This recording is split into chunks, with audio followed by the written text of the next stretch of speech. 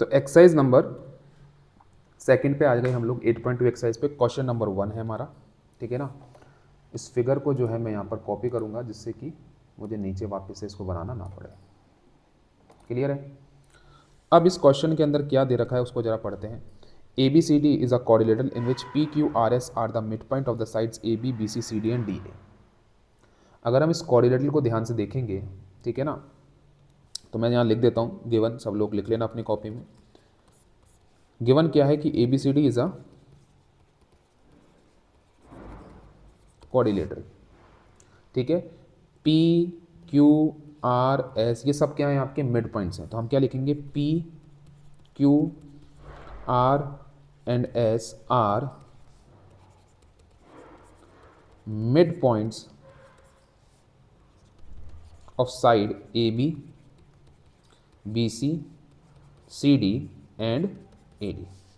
जो गिवन था वो लिख दिया। AC हमारी डायगोनल है।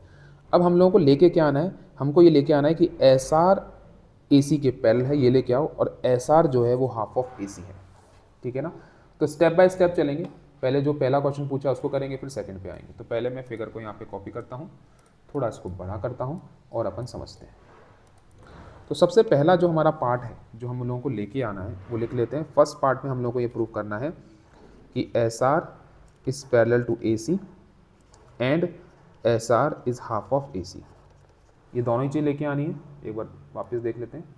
यस, ये दोनों ही चीज़ हम लोगों को लेके आनी है।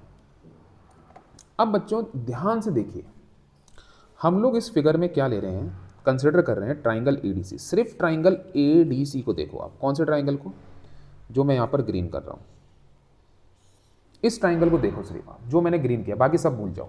इस ट्राइंगल को अगर हम बाहर ऐसे अलग से बना लें तो ये आपका D आ गया, ये आपका A आ गया, ये आपका C आ गया, ये आपका S है, ये आपका R है।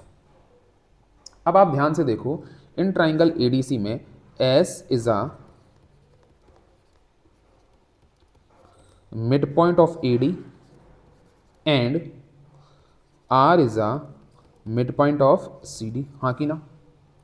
तो किसी भी ट्राइंगल में अगर दो मिड पॉइंट होते हैं, है ना, और उन मिड पॉइंट को जोड़ देते हैं तो वो अपोजिट साइड के क्या हो जाता है, पैरेलल। ये कहाँ से आ रहा है, अरे sir mid point theorem, direct mid point theorem. हम क्या बोलेंगे sir, SR is parallel to AC and SR is half of AC by mid point theorem.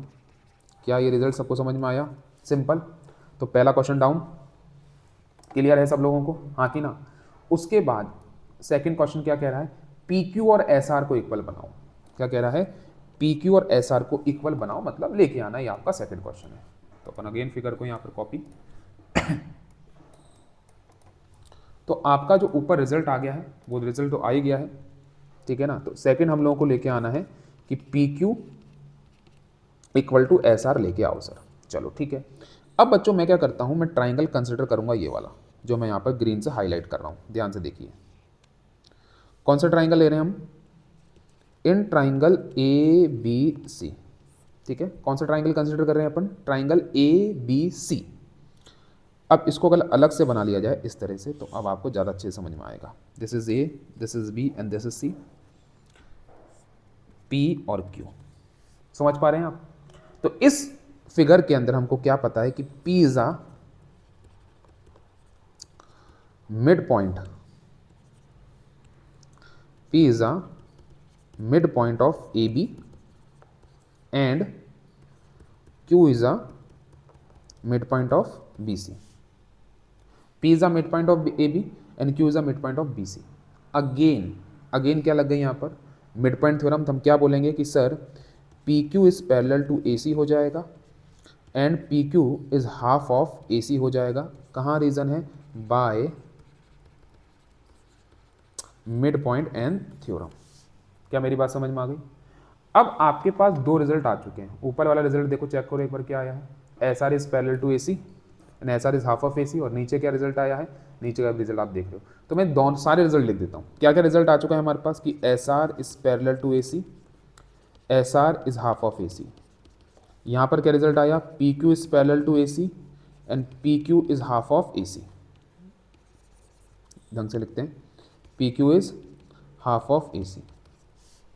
अब मेरे को क्या लाना है यहाँ पर, मेरे को बनाना है पी क्यू और एस आर को पैरेलल। अगर बच्चों मैं यहाँ पर इसको कंसिडर करता हूँ, जो येलो पार्ट कर रहा हूँ सिर्फ इसको देखो आप, इन दोनों को देखो आप, यहाँ पर क्या आ रहा है, कॉमन क्या है, ए सी यहाँ पर भी है, ए सी यहाँ पर भी है, एस आर ए सी के पैरेलल है, पी क्यू भी ए सी के पैरेलल है। इट मीन्स कि S R and P Q भी आपस में क्या हो जाएंगे, पैरेलल हो जाएंगे, हाँ कि ना।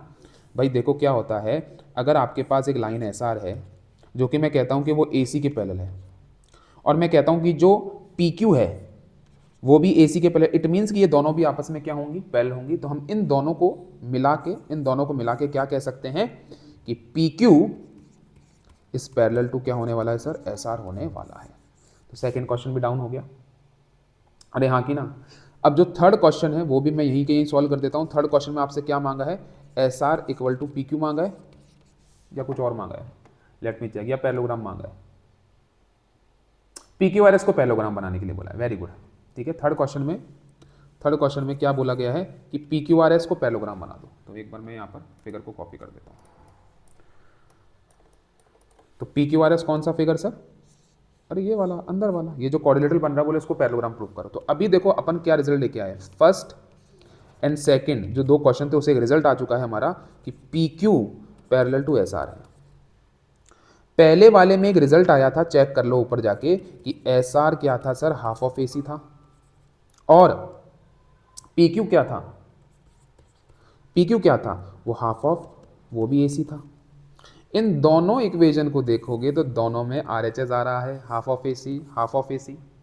तो जब आपका एस आर भी हाफ ऑफ ए सी के बराबर है, पी क्यू भी हाफ ऑफ ए सी के बराबर है, तो आप बोल सकते हो कि एस आर इक्वल टू क्या है सर, पी क्यू है। अच्छा, S R equal to P Q हो गया। अब जरा इन दोनों को कंबाइन कर दो, P Q is parallel to S R and P Q is equal to S R. तो एक ऐसा कोऑर्डिनेटर है, ठीक है, क्या बोलूंगा, इन कोऑर्डिनेटरल, अभी कोऑर्डिनेटरल कौन सा, पी क्यू आर एस, इसमें क्या क्या रिजल्ट आ रहा है कि S R is parallel to P Q आ रहा है and S R is equal to P Q आ रहा है। अरे आ रहा है कि नहीं आ रहा है सर, कहाँ से आ रहा है, अरे भूल जाते हो तुम लोग, ये आ रहा है, S R is parallel to P Q, ठीक है, और S R is equal to P Q.